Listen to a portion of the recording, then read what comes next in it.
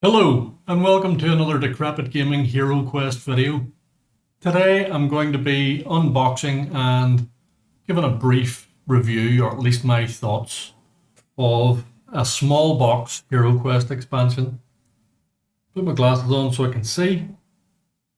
And the expansion that I'm looking at today is Path of the Wandering Monk, another character for my players to use. As you'll see, I have already broken the cellophane on this box. You'll have to take my word for it that I haven't looked at the contents. I wanted to do that with you guys and give my honest impressions and give honest reaction of what I think. Anyway, Path of the Wandering Monk contents: 2 finely detailed miniatures, 7 game cards and a scroll. I'm assuming the scroll is like a background for the model, for the characters. Remove the scroll, figures and cardboard inserts found inside the box to reveal game cards. Replace the scene insert to display your figures. So there's obviously a little figure display inside, which is nice, unexpected inclusion.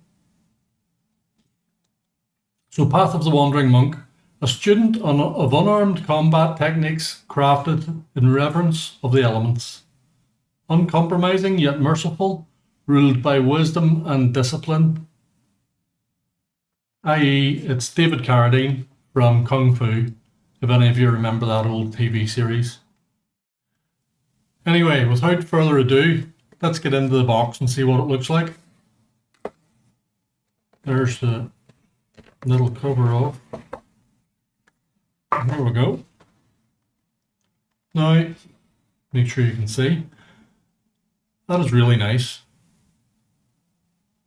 I think they've went the extra mile in the design there. Giving us like an amphitheater sort of thing going on. Maybe a tournament hall or a dojo or something like that. Really nice.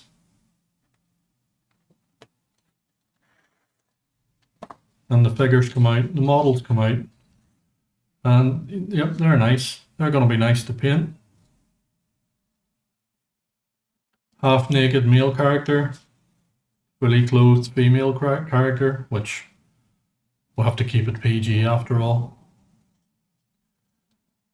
Male character is unarmed. Female character has what looks like a bow staff in her hand. Wonder if there's any difference, if there's any weapons for the monks. I would doubt it. And here is tournament. First summer moon, avoid the wilds. Yeah. This is a wee background scroll, I would assume. I'm not going to open it. I'll leave that to whoever has the privilege of playing the character first. So I'll put that back in. I do want to see these cards, however.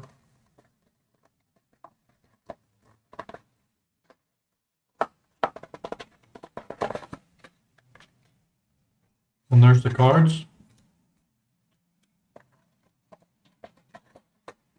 Push this to the side.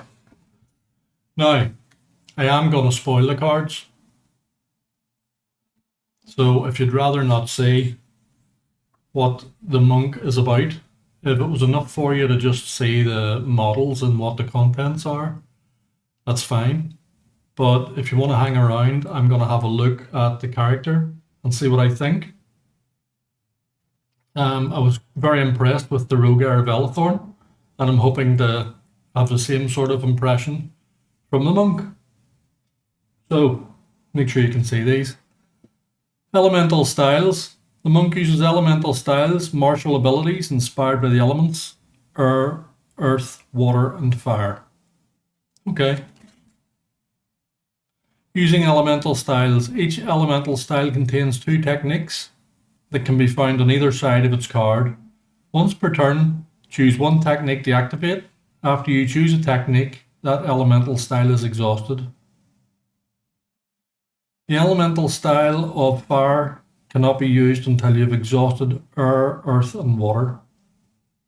If there are no monsters in your line of sight, At the start of your turn, recover all exhausted elemental styles. So you basically get worn out as you're fighting, run out of stamina, run out of steam.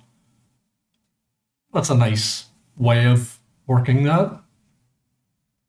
So if there are no monsters in your line of sight, at the start of your turn, recover all exhausted elemental styles. That is, you're going to be one ability per turn then. And here's the monk. Male and female. Might use the card art. We shall see when I paint the figures. Attack dice 1 with an asterisk. However,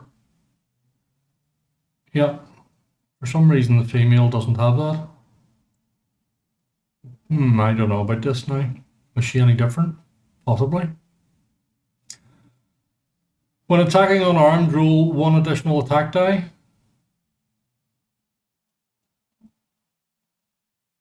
Slightly more investigation is required here. Is she unarmed? Why is there no asterisk for her? He's carrying what looks to be a blade in the side. Yep, he is carrying a blade, so I'm going to assume that they can both get that extra attack die, unless I read otherwise. Anyway, 1 attack die normally, and an extra one when attacking unarmed. Defend dice 3. There's where their martial arts comes into play.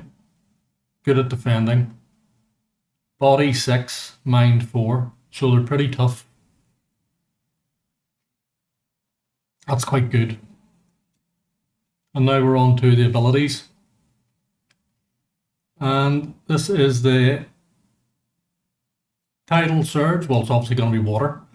Activate this technique on your turn. Split your total movement. Roll before and after your action. After use, the elemental style of water is exhausted.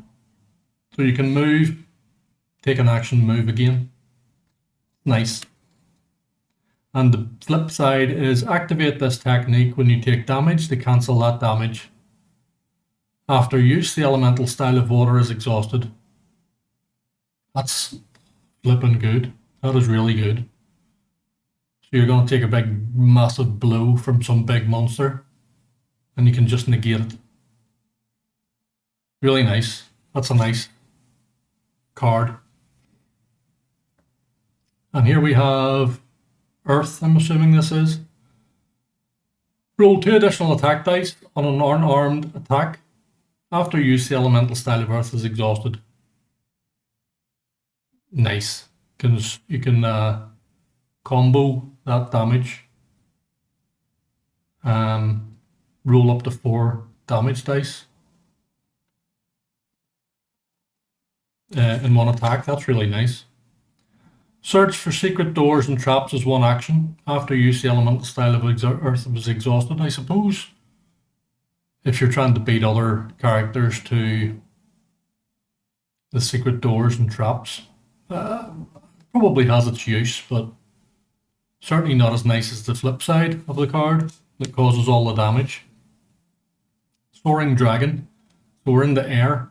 Automatically succeed when jumping over a trap. Again, that's okay, especially if there's a particularly nasty trap that you're aware of. Very situational, obviously. I have the Storm. As an action, make one unarmed attack against all adjacent enemies. This technique enables you to attack diagonally. After use, the elemental style of air is exhausted. Luckily for the monsters, and for the bad guy player, i.e. me, the monk can't combine all these cards. They're 1 per turn, but that's a nice one as well, if you end up surrounded by the enemy. So that's nice. And then this is the big one. Touch of Endless Inferno. As an action, inflict 1 body point of damage to any one adjacent enemy.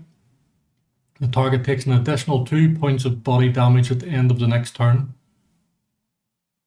after use of elemental style of fire is exhausted.